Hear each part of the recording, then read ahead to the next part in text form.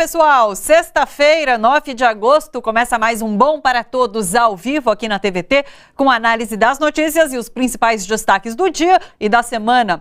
Estamos ao vivo também pelo YouTube, é só você escrever lá Rede TVT, participe com a gente, mande perguntas, comentários, dê like no nosso vídeo e compartilhe. No WhatsApp o nosso número é o 11 997 98 4042.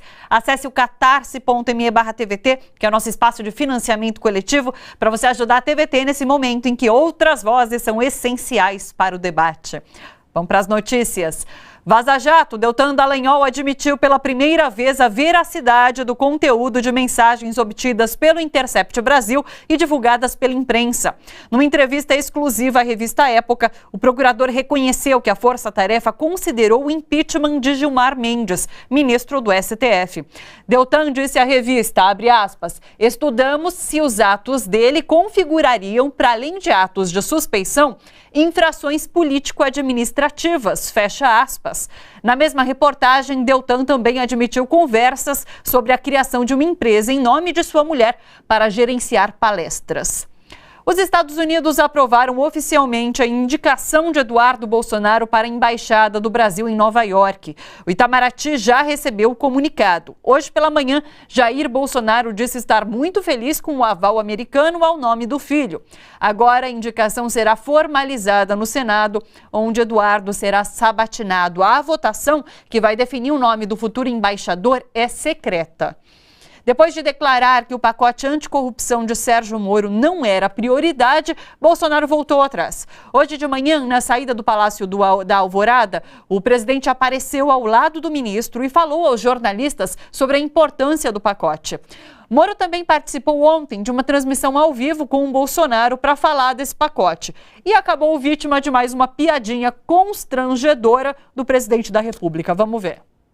Mais algum recado, hein, mano? Não, eu vou só pedir sua licença e trocar de lugar então com o ministro Salles para os outros assuntos. Vai fazer um troca-troca com o Salles aí? Só a cadeira. Brincadeira, mano. Valeu, mano. Troca só a cadeira, mano. Todos aí.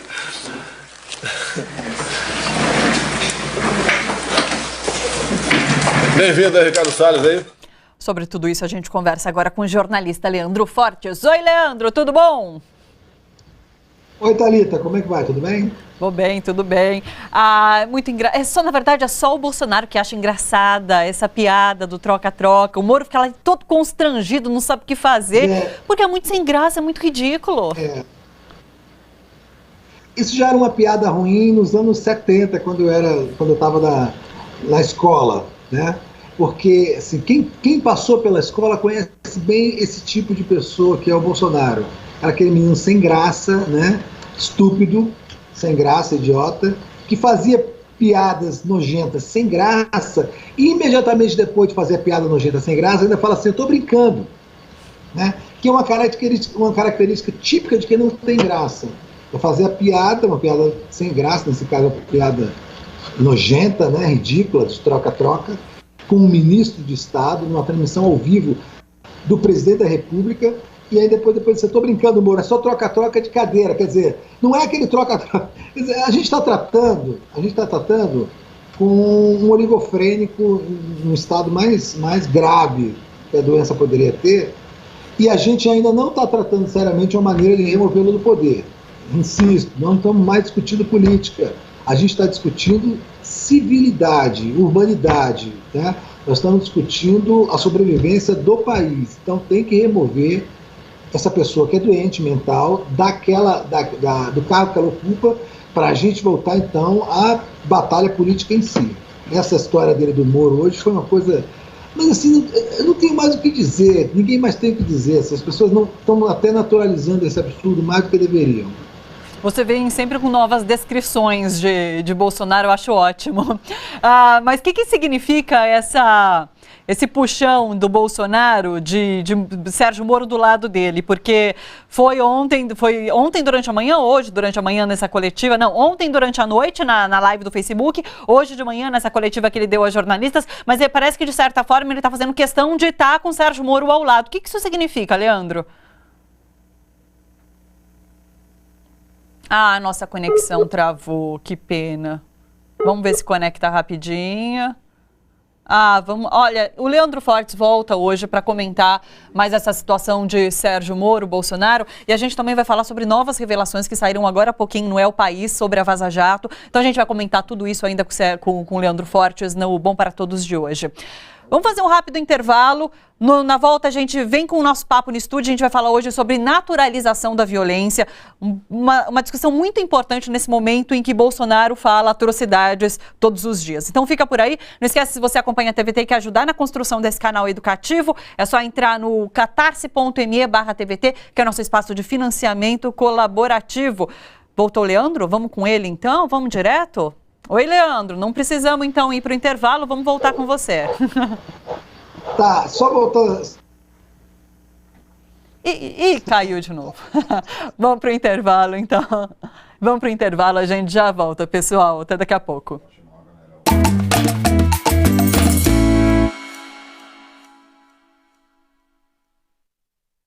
Até a tia Maria ouviu e ligou pra dona Valda.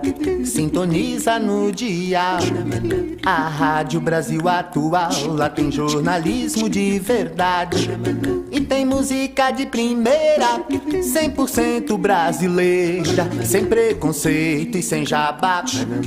É a Rádio Popular de um povo sem medo de viver e de cantar. Avisa a todos, dá um salve, manda um zap. Essa rádio é nossa voz, Brasil Atual 98.9.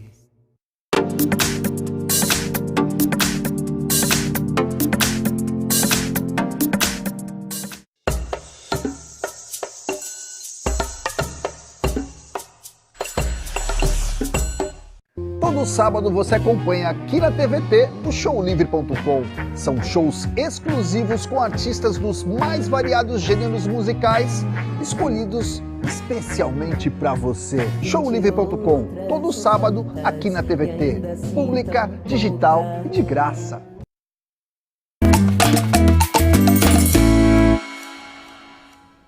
Bom para todos, ao vivo de volta aqui na TVT. A gente conseguiu reconectar com o Leandro Fortes, então vamos continuar nossa conversa aqui no estúdio. Oi, Leandro, vamos lá. Você conseguiu ouvir a minha pergunta sobre a relação Bolsonaro e Moro? Consegui. Então vamos retomar desse ponto. Bolsonaro trazendo o Moro cada vez mais para perto, né? Isso, o que está muito claro é de que o Moro decidiu se submeter a qualquer coisa para se manter no governo, e ele tem que fazer isso. Ele já foi desmascarado como juiz. Hoje, se vocês puderem de alguma maneira acessar, já está rolando na internet, tem uma entrevista muito importante do ministro Gilmar Mendes à Rádio Gaúcha, onde ele classifica, sem meias palavras, o Deltan Dallagnol e sua turma da República de Curitiba como criminosos, como bandidos, e diz que o Sérgio Moro é um juiz parcial porque ele é o chefe da força-tarefa de procuradores de Curitiba. Se ele é o chefe, então ele não tem a menor condição não teria a menor condição de julgar o Lula. Então, ele já foi desmascarado como juiz parcial e ele não tem... há muito tempo que ele é um ministro decorativo, porque as sucessivas crises por conta dos vazamentos do Intercept transformaram ele numa figura decorativa, porque ele passa o tempo todo ou fugindo dessa explicação, ou dando explicações idiotas, como as que ele coloca no Twitter, ou fazendo comemorações equivocadas, como aquela da Maria da Penha, que ele diz que as mulheres são violentadas e são espancadas por homens porque eles se sentem inseguros e tal. Então restou muita pouca coisa dele. Então ele vai submeter, inclusive, a esse vexame desse tipo de piada ao vivo, na internet, para se manter no governo. Sim. Essa está sendo uma semana com muito vazamento, né? A gente até comentou isso aqui no estúdio, no programa, porque parece que aos pouquinhos eles estão tentando fazer com que a Lava Jato vá ruindo de fato, né? Então foram vários vazamentos e dessa vez com muitos nomes do STF, enfim. Qual você acha que é o futuro da Lava Jato nessas circunstâncias em que cada vez mais vai aparecendo vazamento? A Lava Jato, o futuro dela é desmoralização total. Ela já está muito desmoralizada, já está... Não que na origem, na operação policial em si, não tivesse uma boa intenção. A intenção de investigar corrupção na Petrobras, que de fato houve. Mas a Lava Jato, a operação em si, ela virou um monstrengo, ela virou uma hidra de Lerna, ela virou um monstro com muitas cabeças. E os procuradores, aqueles que deveriam ter gerenciado a Lava Jato, transformaram ela numa indústria de palestra para ganhar grana. Viraram tomadores de grana, por um lado, e por outro viraram bandidos que ferem a magistratura e ferem o Código Penal, porque acham que os fins justificam os meios. A Lava Jato já acabou. Porque eu fico imaginando, se é possível, de repente, trocar essa força-tarefa que está à frente da Lava Jato hoje, mas a juíza que substitui Moro tem uma condução que me parece muito parecida com a de Moro, né? Então ela acaba sendo a mesma operação, enfim, né? É preciso começar de novo um novo esquema de combate à corrupção no país? É preciso reconhecer que a Lava Jato acabou, que essas pessoas fazem parte de uma patota, né? O Moro tem uma patota, ele acionou a patota dele para tentar transferir o Lula e fazer a remoção do Lula para São Paulo, para que eles não sejam obrigados a libertá-lo em algum momento, ou para esperar que o Lula morresse lá em Tremembé. Né? E essa patota tem que ser processada e punida. A luta contra a corrupção, já está demonstrado, não precisa ser feita pela Operação Lava Jato. A luta contra a corrupção é uma luta transversal dentro de qualquer serviço público, qualquer lugar do mundo. Você tem que ter leis, normas, corregedorias, freios e contrapesos que impeçam a corrupção, né? que minimizem a corrupção, porque ela sempre vai acontecer. Onde tiver gente e onde tiver dinheiro, vai ter sempre corrupção, ainda mais dentro do sistema capitalista, que é um sistema por si só corrupto, que funciona à base de dinheiro. Então, é bom que acaba-se um pouco com esse delírio, com essa ilusão de que esses homens são super-heróis que vão livrar o Brasil da corrupção. Eles se tornaram, à sua maneira, pessoas tão ou mais corruptas como aquelas que eles estavam investigando. Sim.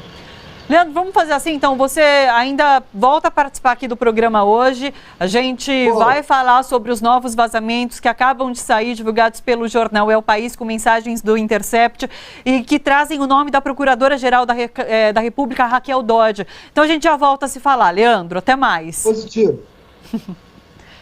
Vamos lá, a gente vai para o nosso estúdio agora. Olha, Jair Bolsonaro ele tem um longo histórico de defesa da violência. O símbolo da sua campanha na eleição foi a arminha na mão, como principal solução para os problemas do país.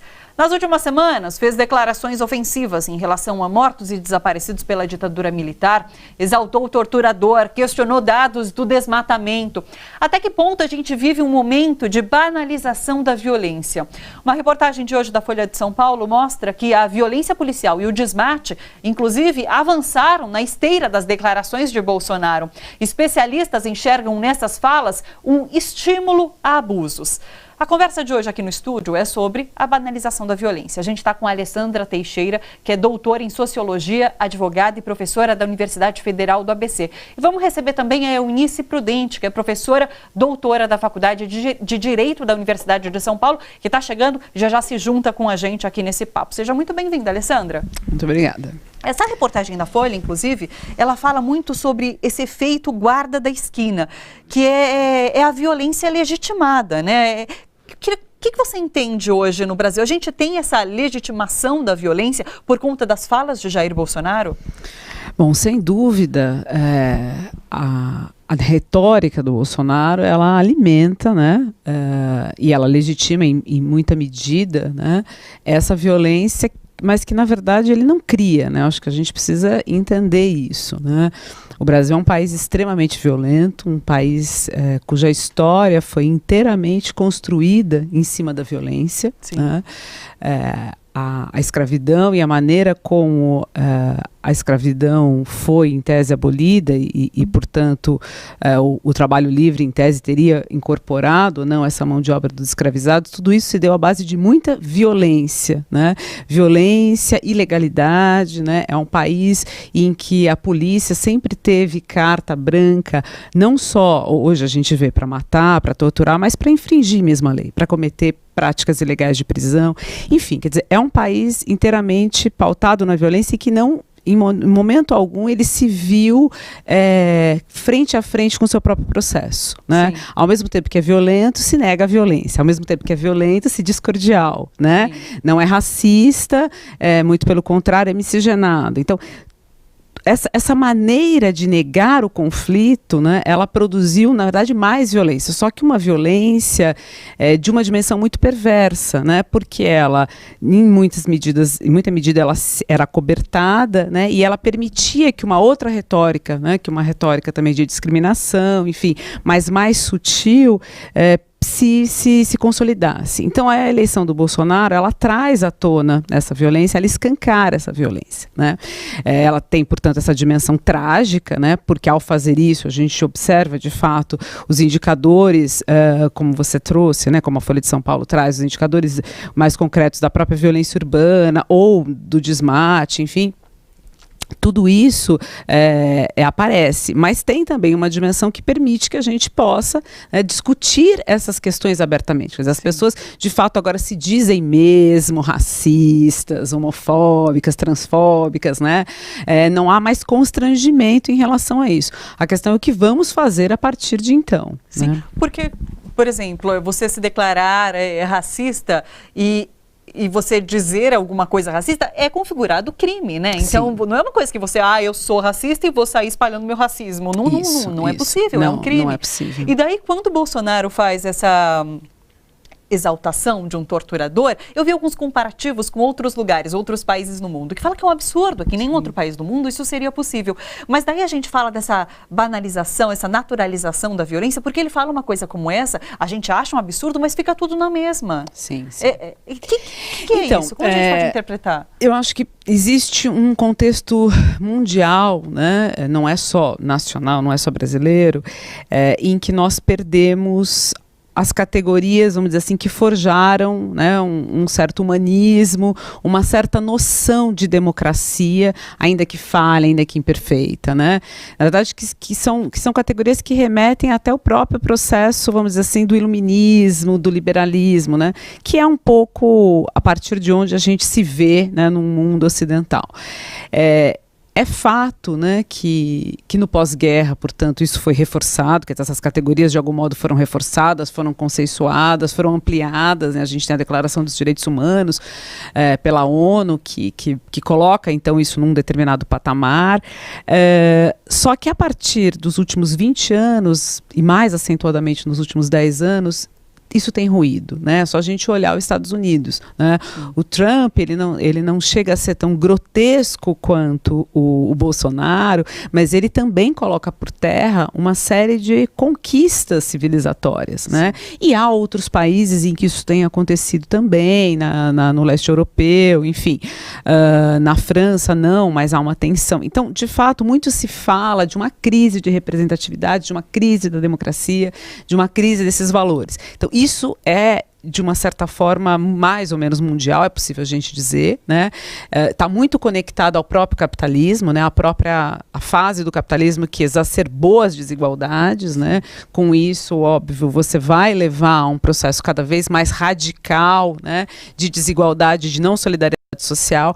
Agora, eu insisto, países como o Brasil, quer dizer, acho que tem uma especificidade no Brasil, né, que é o fato da escravidão, né, mas não só da escravidão, mas de uma escravidão que não foi vivida, que não foi superada, né, e que não foi enxergada como tal, né, quer dizer, um processo muito diferente dos Estados Unidos, né. A gente também pode suscitar a questão do nosso processo de independência em relação aos outros países da América Latina. Também não vivemos um processo, de fato, revolucionário, em que o conflito foi colocado. Então, todas essas características de uma pseudo-cordialidade, elas agravam, penso eu, esse quadro, que não é um quadro, como eu disse, só nacional, mas que, de fato, a gente pode pensar que o Bolsonaro seja o caso mais, talvez, extremo, né, de todos os que a gente vê, né, porque realmente todas essas categorias ele joga para o alto, né, e nada acontece. Eu acho que isso que é o pior. A gente fala Bolsonaro, Bolsonaro, Bolsonaro, mas existe um problema muito sério que é institucional no país, né.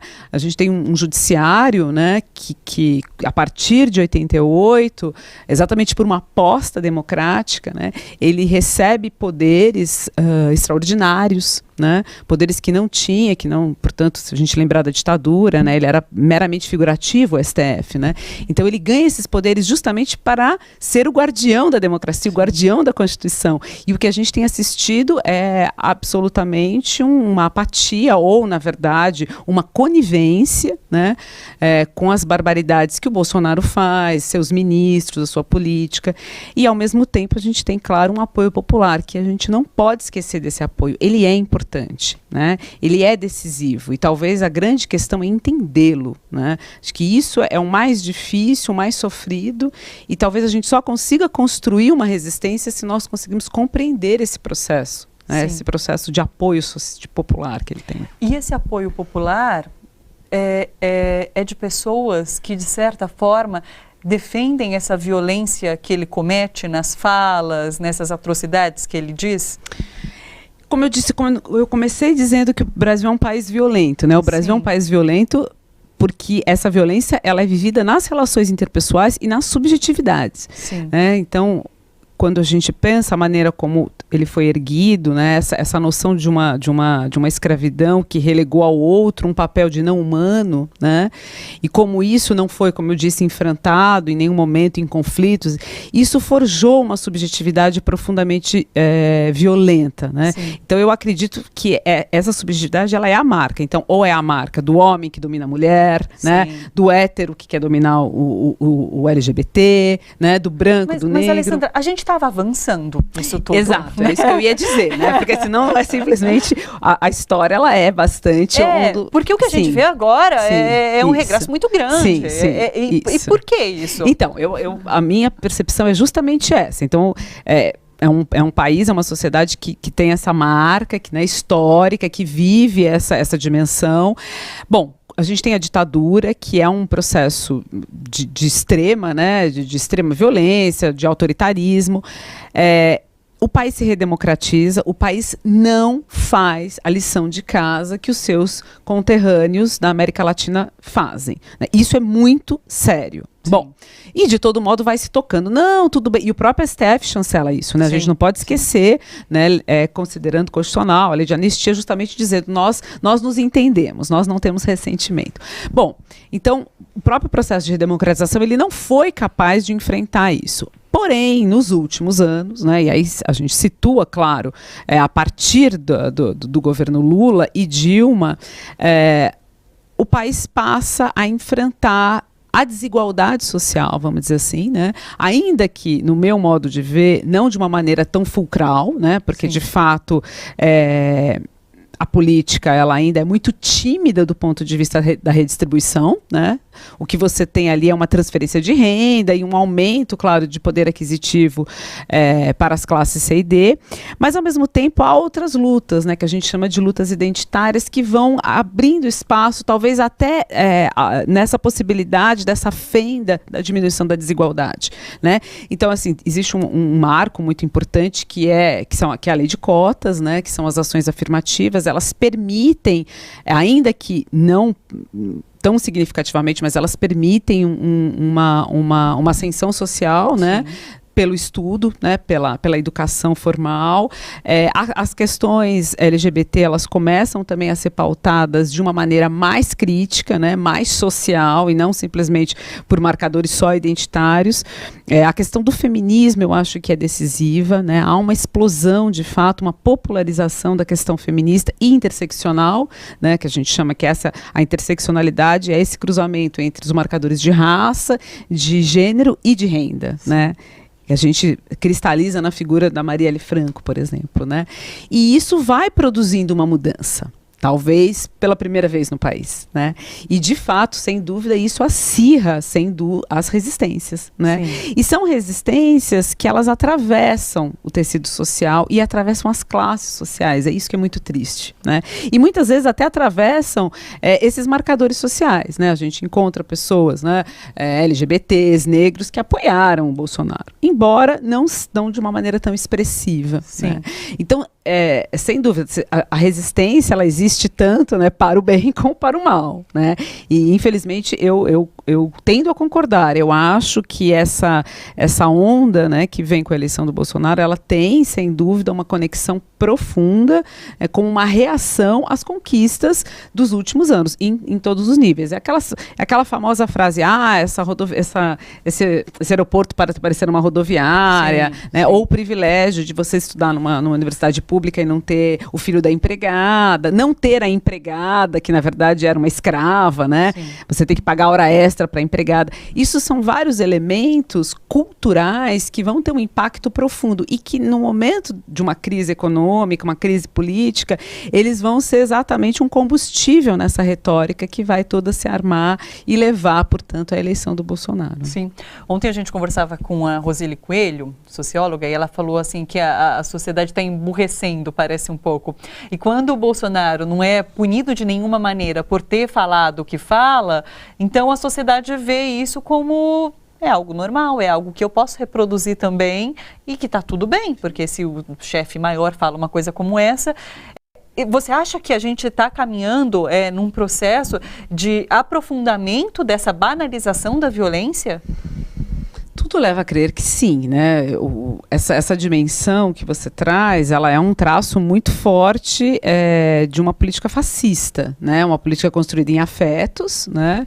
Em afetos de sinais invertidos, né? Em que outros elementos também estão presentes, né? Um profundo desprezo pelo conhecimento, né? Muito tem se falado da era da pós-verdade, quer dizer, de fato, o que...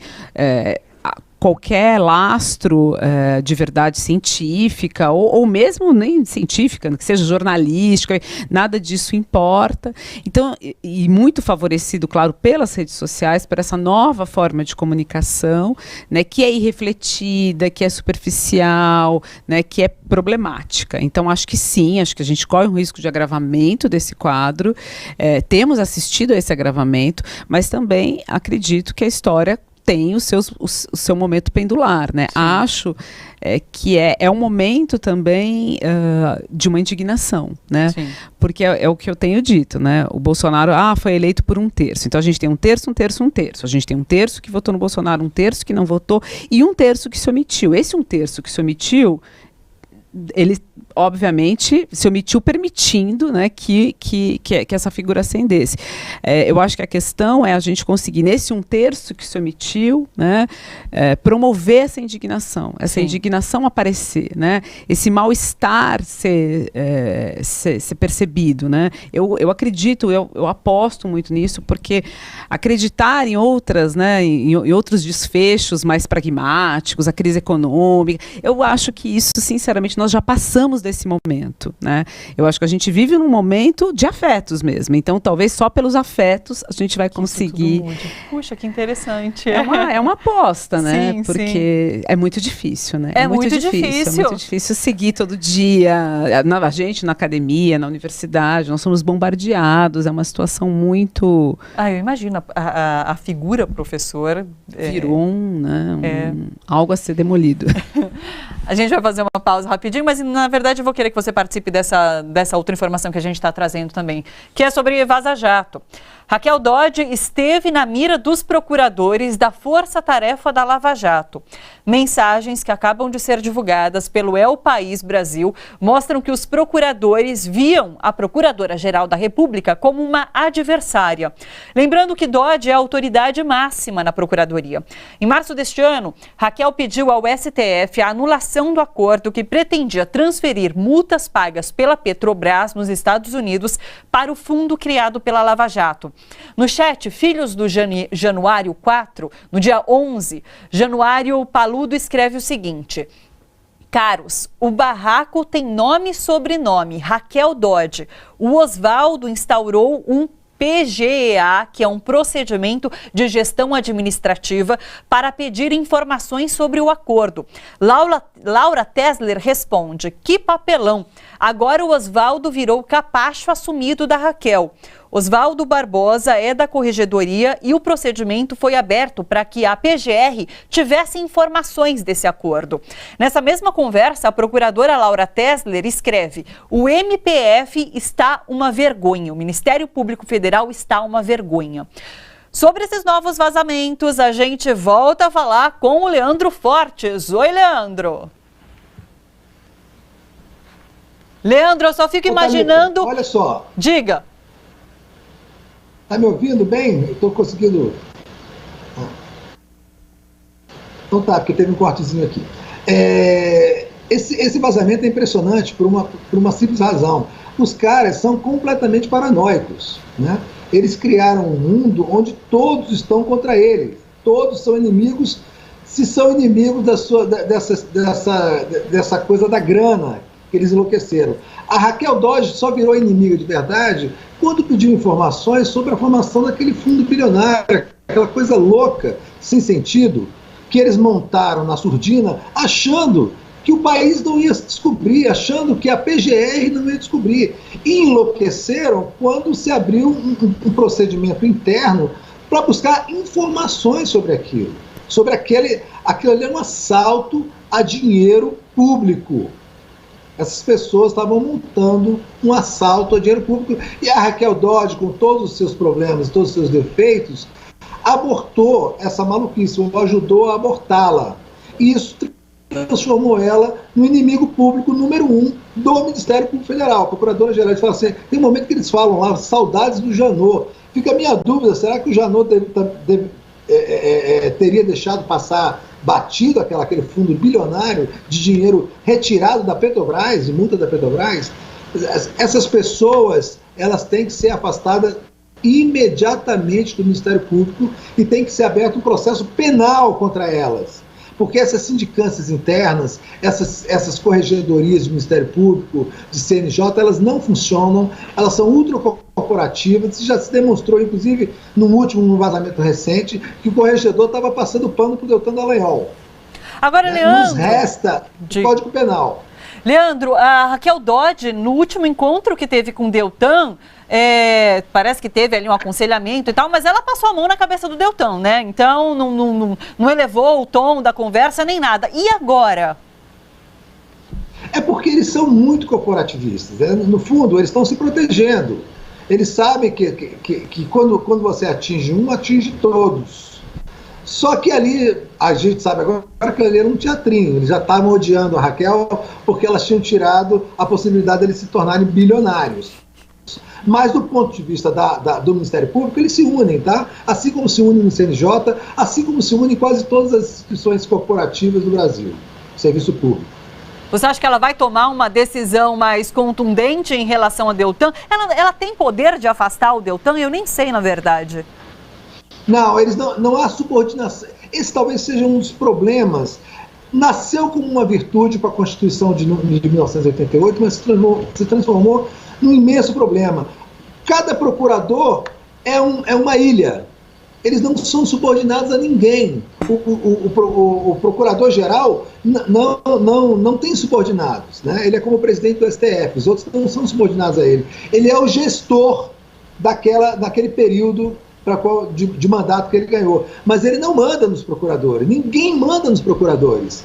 Essa é uma questão gravíssima. Eles fazem tudo o que eles querem. Eles são provavelmente a categoria dentro do serviço público brasileiro, se não mundial, que não devem satisfação a ninguém. Por isso se transformaram nesses monstrinhos, né? nesses malucos que tomaram para si o direito de se transformarem em heróis anticorrupção e se transformarem, na verdade, em grandes corruptos, iguais àqueles que eles anunciaram que iriam investigar. Sim.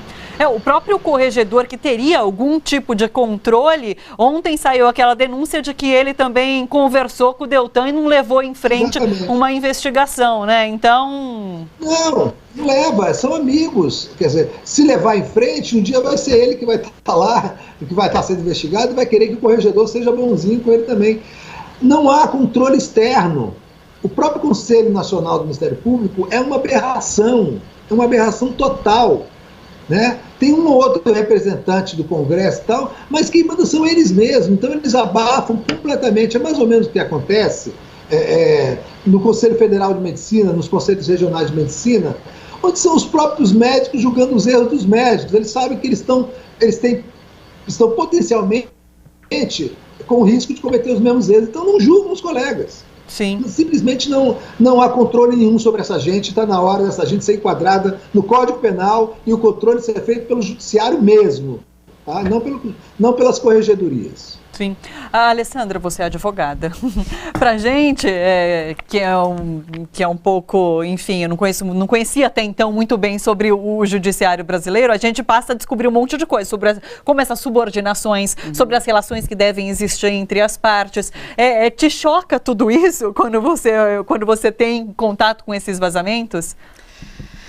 Você disse, me choca a revelação do que foi a Lava Jato, né? Isso, exatamente. Na verdade, a gente já desconfiava do que era a Lava Jato, esse monstrengo, como diz o Leandro. Eu acho que tem uma questão, e aí a gente tem que fazer a meia-culpa dos governos petistas, em que ele desperdiçou várias, né, oportunidades de realmente democratizar a justiça, né? Porque isso que o Leandro falou em relação ao Ministério Público acontece em relação ao Judiciário numa proporção ainda pior, né? Que é o CNJ. Quer dizer, o que foi o CNJ? Houve uma emenda constitucional em 2004, salvo engano, né, que era a reforma do Judiciário, e entre as questões centrais que estavam ali era a criação de um órgão de controle, né? E efetivamente um órgão de controle externo. E o CNJ, na verdade, o que ele é? Ele nada mais é que um próprio comitê do STF, né? E, claro, da Procuradoria, enfim. Então, de fato, você tem uma cúpula do Judiciário que é absolutamente intocável, né? E também do Ministério Público, né? O STF, hoje, ele concentra poder, de fato, ali você tem uma concentração de poder que é absoluta. Uma decisão que é tomada ali, ela não tem como ser revista, né? A própria decisão, por exemplo, sobre a Lava Jato, o STF poderia, não afastar o Dallagnol, mas poderia trazer a Lava Jato, por exemplo, para o STF, né? Até porque a própria competência, né, da Lava Jato em Curitiba, ela sempre, desde o início, ela foi algo profundamente discutível. Sim. Né? Na verdade, o Moro fez uma manobra gigantesca para conseguir trazer a competência de um contrato que teria sido celebrado. Enfim, uma gambiarra jurídica, né? Então, acho que aí a gente tem um problema muito sério, né? De fato, você se encastelou ali pessoas e interesses no judiciário, na alta cúpula, e não tem como mexer nisso. O Lula pôde nomear muitos ministros para o STF, né? E o Lula e a Dilma, e nomeou péssimos ministros. E eu digo péssimos ministros porque nessa perspectiva de um Estado social, né? É nessa perspectiva que eu estou dizendo. Ele nomeou pessoas que não de maneira nenhuma eram alinhadas com a sua agenda. Né? E porque existia uma preocupação, de certa forma, com o ser republicano. Você não eleger, de repente, uma pessoa, você não colocar ali uma pessoa que tenha proximidade com as suas pautas, mas colocar uma pessoa lá considerada neutra. E se a gente teve problemas nas gestões passadas em relação ao judiciário, imagina nessa gestão. Não, e na verdade não existe a neutralidade, né? Sim, toda neutralidade, na verdade, é uma posição política. E de fato, o sistema republicano e a separação de poderes e essa maneira de nomeação, ela não existe, ela existe considerando isso, né? O Obama só indicou ministros aliados a ele, né? Aliados a ele nessa perspectiva, com a sua agenda, assim como o Trump, assim como o Bush. Isso não faz deles menos republicanos, né? Até porque há uma alternância de poder, e essa alternância de poder leva a uma alternância de nomeações, né? Mas por um complexo, eu digo, né, quase de vira-lata, né, da esquerda no Brasil, ou sei lá o quê, né? Um medo, um receio, ou enfim, não houve essa preocupação, né? Dos ministros nomeados, talvez 1, 2, tivessem um alinhamento ideológico. E o ideológico aqui é um ideológico no sentido daquilo que são os ideais, né, de uma república, né? Enfim, que é o que eu digo, um Estado social, né? Uma perspectiva ou não mais ou menos democrática. Então, lamentavelmente, a Lava Jato ela é a expressão disso. Ela é a expressão desse poder absoluto que foi conferido, isso, né? E que vai produzir mini monstrinhos mesmo, a menos que se reforme de uma forma mais efetiva. Eu volto com o Leandro, porque isso, a gente falava sobre a questão de acabar com a Lava Jato, mas é fazer uma reforma no judiciário inteiro, né? Então é muito profunda essa reforma que precisa ser feita. É preciso... As pessoas costumam não saber, mas o Ministério Público Federal, o Ministério Público não é judiciário, né? O Poder Judiciário é uma coisa, o Ministério Público é outra. As pessoas nunca confundem, mas esses caras do Judiciário, o problema do Ministério, né? O problema do Ministério Público é que o regramento dele tem que ser modificado. E tem que haver algum controle sobre ele. O Poder Judiciário, com todos os problemas que ele tem, eles têm muitos problemas, eu concordo muito com a professora aí que nos disse que os governos do PT perderam a oportunidade de transformar a justiça, o judiciário no Brasil, fazendo essas indicações ridículas ao Supremo Tribunal Federal, e perdeu mesmo, perdeu. Teve chance, acho que foram 11 ministros, né, ou mais, que foram designados pelo PT, e assim, eu diria que 100% foi péssimo. Tem uns melhorzinhos que outros, mas 100%.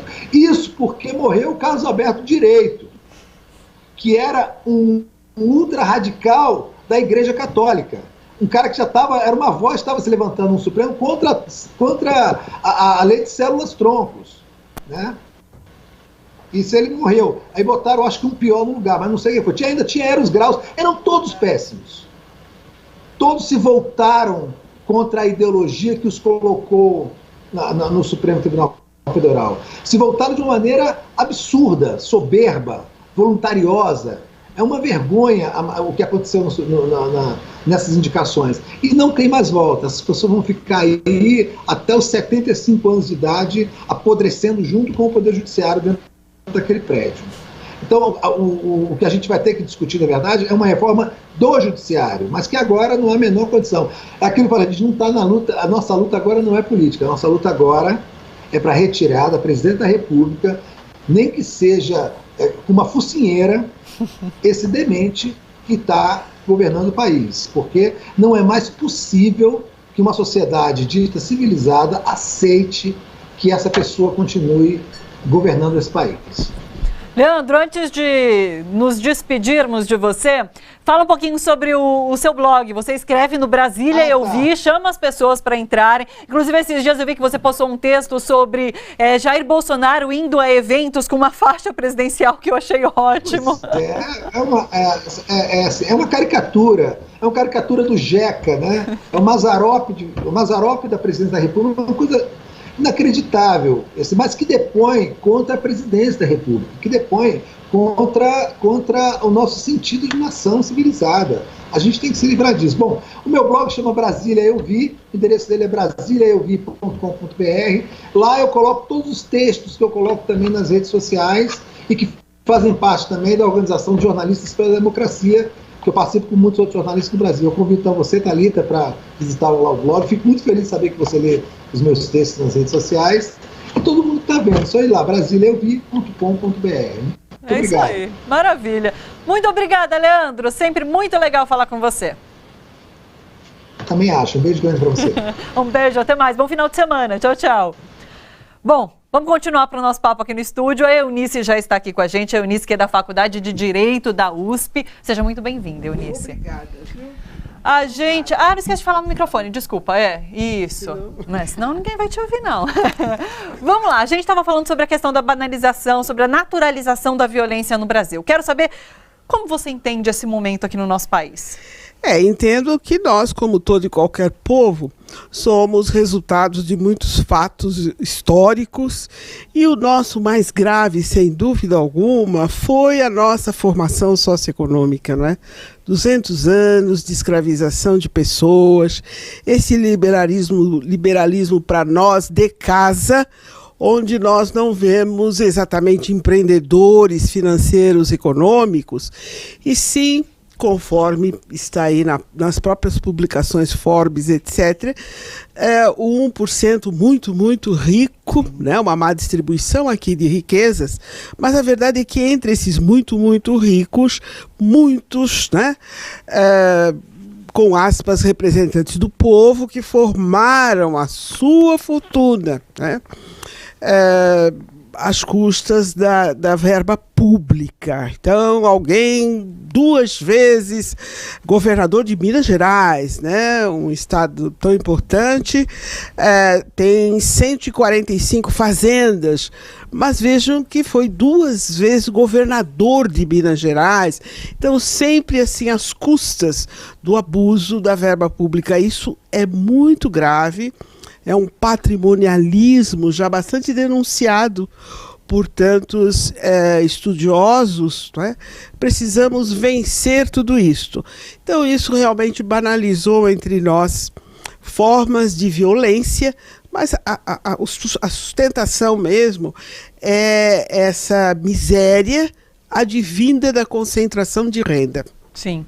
Não há como, me parece, né, sair dessa situação sem ir a esse 1% muito, muito proprietário. Sim. Terrivelmente proprietário. Terrivelmente, Mas especificamente sobre a questão de Jair Bolsonaro, a gente falava também sobre essa base dos 30%.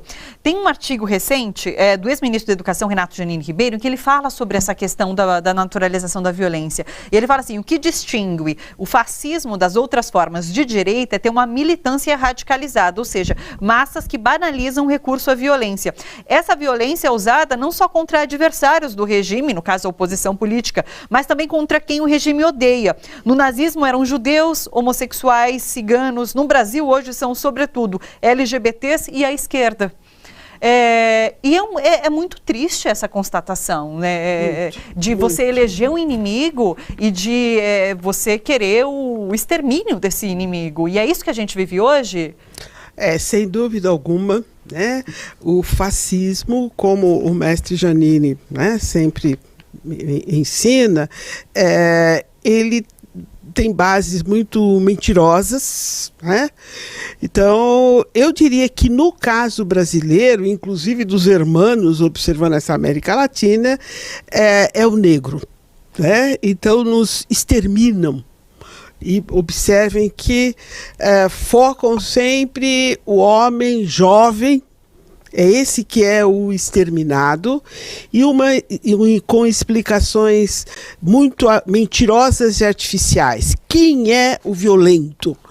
Então, a partir daí é justamente quem pratica a violência, né, o governo autoritário, fascista, que nos alcança. Sim. Tem um dado muito interessante, porque a gente abriu com aquela reportagem da Folha falando sobre como as frases de Bolsonaro alimentam certas violências, e daí a reportagem da Folha traz números sobre a violência policial, que no estado de São Paulo cresceu 11,5% nesse primeiro semestre do ano. E no Rio de Janeiro é mais absurdo, subiu 29% as mortes violentas no estado por parte da polícia. E a gente tem um governador lá que defende esse tipo de... Que executa, né? Ele foi executado. Enfim, e daí é isso, quem morre principalmente é o jovem, negro, periférico.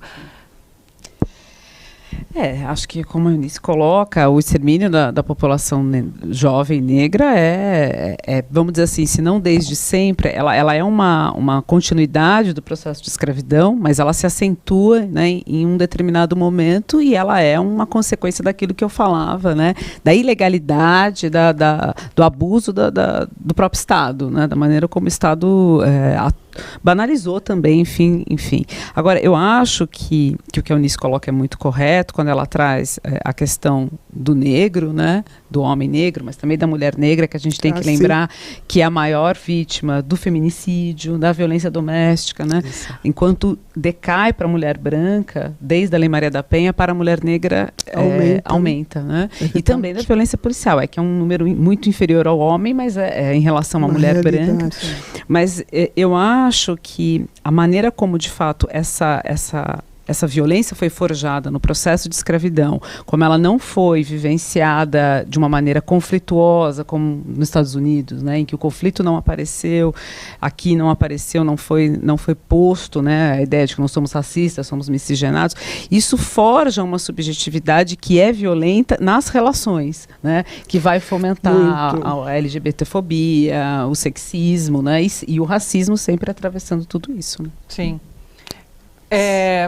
Até que ponto a gente, como a gente até já comentou, avançávamos nessa discussão e Bolsonaro dá base para que esse aprofundamento da violência continue acontecendo, seja em níveis piores. Olha, é muito triste, né? Eu estou aqui numa entidade que advém de outras que colaboraram muito para a conquista, né, da Constituição Federal de 88, por exemplo, os sindicatos, né, que atuaram tanto com outros movimentos. Então conquistamos uma Constituição, mas neste momento, neste governo Bolsonaro, ela não vem sendo cumprida. Atua-se inconstitucionalmente. E essa Constituição que tem o nosso semblante, que foi luta de todos nós, de todos os brasileiros, de todos os movimentos, é que tem esse lado, né, essa possibilidade de incluir, de acertarmos o passo quanto à igualdade, e nem isto vem sendo cumprido. Se espera muito de uma liderança, né, que foi eleita, a começar pelo cumprimento do que está estabelecido, firmado entre todos, a Constituição. Isso não vem ocorrendo, muito pelo contrário, se acirra, né, atos de violência antes de chamar então a atenção para a formação, para a educação.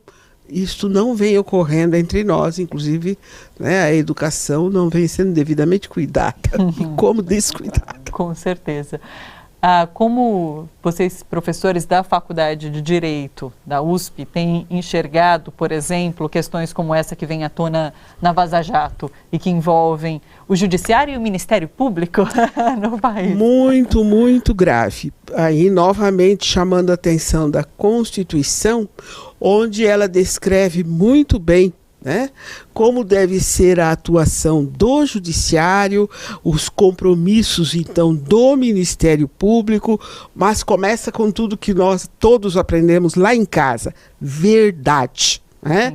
Então, falsear aí a verdade, promover uma participação política que está, pelo menos no caso do Judiciário, expressamente, né, proibida pela Constituição, justamente para promover uma igualdade, uma ação, né, aí do Judiciário em busca da verdade. Isso me parece muito grave. A Faculdade de Direito, acredito que aí pela maioria dos seus docentes, está muito preocupada. Sim. O Ministério Público é uma das funções do poder, responsável, inclusive, pelo exercício mesmo de direitos fundamentais coletivos, expressa aí coletividades. O Ministério Público do Estado de São Paulo propôs recentemente, no início de maio, uma ação civil pública, então uma ação coletiva chamando a atenção do governo do Estado de São Paulo pela atuação da Polícia Militar do Estado de São Paulo. Então, observem que tem tudo para dar certo, está lá na Constituição, está na legislação, só que nem o Ministério Público, nem o Judiciário, como, então, funções do poder, podem desvirtuar e começar a práticas políticas. Não estamos interessados na opinião nem do juiz, nem do integrante do Ministério Público. Eles têm que cumprir lá a sua função e, no caso do Judiciário, principalmente a imparcialidade. Isso é fundamental e já tão clássico, né, tão antigo. Eunice e Alessandra, vocês duas são professoras. De alguma forma, a Vaza Jato está sendo discutida em sala de aula? Alunos questionam sobre esses relacionamentos? Eu, na verdade, quando eu dou algumas disciplinas de direito, dou de direito constitucional, mas desde a Vaza Jato eu não dei. Quando o Temer assumiu, né, depois do impeachment da Dilma, sim, nós discutíamos muito as questões, inclusive esse ataque à Constituição, ele começa muito fortemente no governo Temer, né, e chancelado pelo STF. Vamos lembrar a decisão sobre a prisão sem o trânsito em julgado, o ingresso na residência para efetuar a prisão sem mandado. Tudo isso é ainda na gestão do Temer. Então, isso eu discuti bastante. Agora, em relação à Vaza Jato, eu não tive a possibilidade ainda de dar uma disciplina de direito. Acho que, com certeza, a Eunice sim. Mas continuam, assim, né, discutindo as questões da Lava Jato, porque envolveu a todos nós, é muito grave, né, atentados contra o patrimônio público, mas o respeito à pessoa que, se ela foi acusada, se a pessoa é detida, é presa, ela está sob a responsabilidade do Estado. Ela não perde, né, a sua posição, a sua situação constitucional de pessoa humana, de cidadão, aquelas proibições de que, no caso do presidente Lula, não pudesse comparecer a funerais de parentes, quer dizer, situações que, se o crime não era político, com certeza a partir daí passou a ser.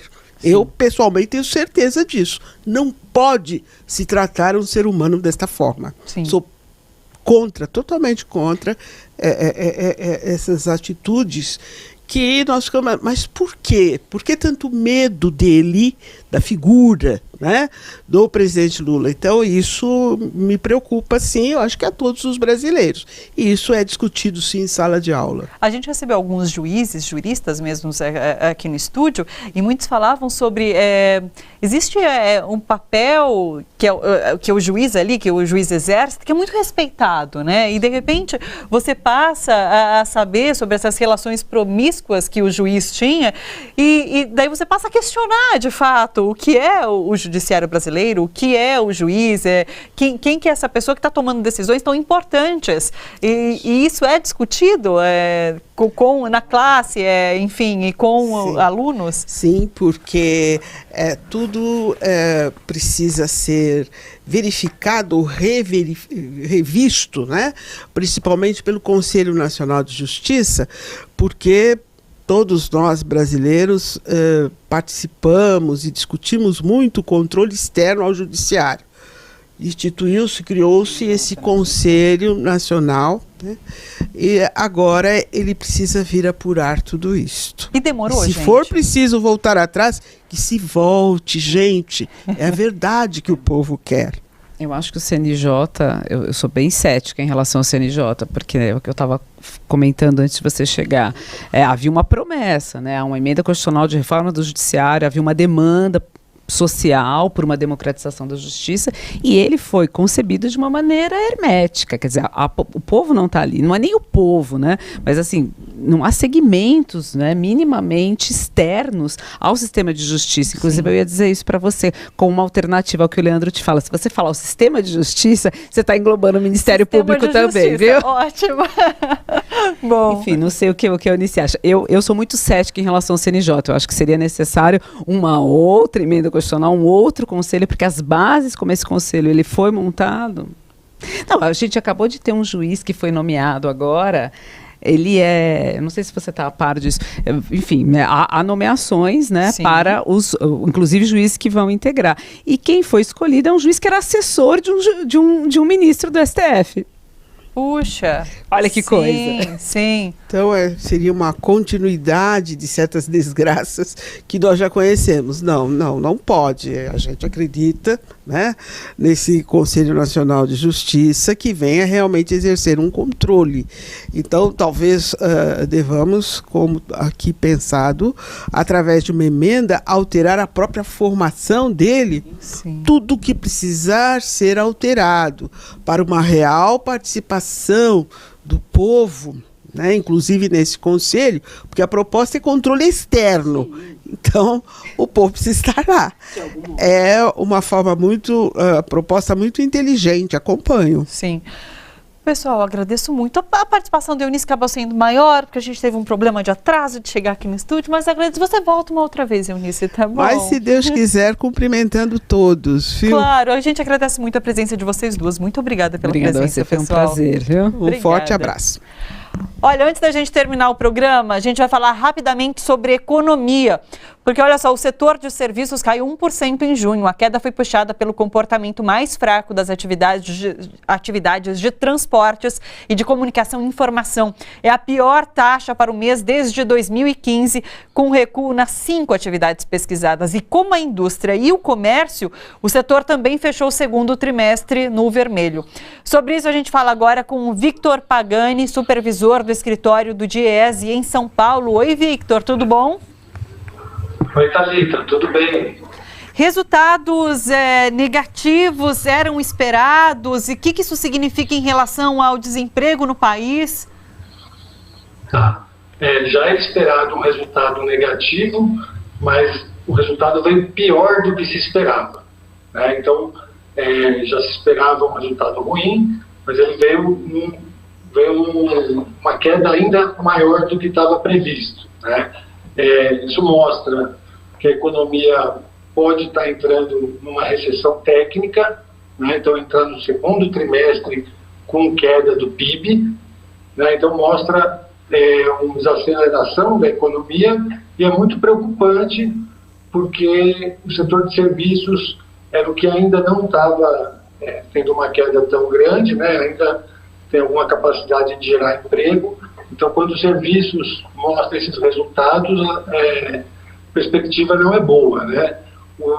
As projeções do PIB, que já estavam abaixo de 1% para 2019, já começam a ser revistas, e já há analistas indicando um crescimento inferior a 0,5% nesse ano de 2019, né? Então, nós vimos a economia andando de lado, né, sem dinamismo, e claro que isso reflete no mercado de trabalho, né? Então nós vimos o mercado de trabalho gerando empregos no setor de serviços, mas gerando emprego de baixa qualidade, né? A gente viu muitos empregos nessas modalidades precárias de contratação, então cresceu terceirização, cresceu jornada parcial, cresceu o trabalho intermitente e as remunerações também abaixo do que as que estavam sendo pagas para quem foi demitido, né? Então, quem está sendo admitido está ganhando menos do que quem foi desligado. Sim, o governo não tem anunciado muitas medidas, mas teve essa questão da liberação do FGTS, a própria reforma da Previdência aprovada na Câmara. Tudo isso, de alguma forma, tem impacto na economia? Ou porque o que se vê são números cada vez piores? A reforma da Previdência, né, se apostou muito que com a aprovação a economia voltaria a crescer. A gente sabe que isso não é assim, né? Eles apostam muito na retomada da confiança dos investidores, mas isso é um processo mais de médio e longo prazo, né? E depende de um reaquecimento do mercado de trabalho para que haja demanda, para que leve as empresas, né, a investirem. A medida da liberação da FGTS, ela tem um resultado, deve dar algum resultado positivo momentâneo, né, porque é uma injeção de dinheiro, aumenta a demanda, as pessoas compram uma coisa ou outra, mas a gente sabe também que boa parte desses recursos vai ser utilizado para pagamento de dívida. Então vai voltar para o setor financeiro, né? E a gente sabe também que esses recursos, o FGTS é o fundo público responsável pelo financiamento de longo prazo dos investimentos em habitação popular, principalmente, né, mas também infraestrutura, saneamento básico. Então, isso pode ter um efeito momentâneo positivo, alguma coisa no serviço, no comércio, talvez chegue até a indústria, mas o setor da construção, por exemplo, que é um setor que emprega bastante, vai ter seu financiamento restringido, né? Então, é um alívio momentâneo, mas não é algo sustentável, não é algo consistente para a retomada da atividade econômica. Sim. Victor, muito obrigada por trazer essas explicações aqui para o nosso telespectador. Muito obrigada pela participação. Muito obrigado, eu que agradeço. Até mais. Tchau, tchau. Pessoal, é isso. Bom para Todos fica por aqui. Muito obrigada pela companhia durante essa tarde. Um bom final de semana para todo mundo e até segunda-feira. Tchau, tchau.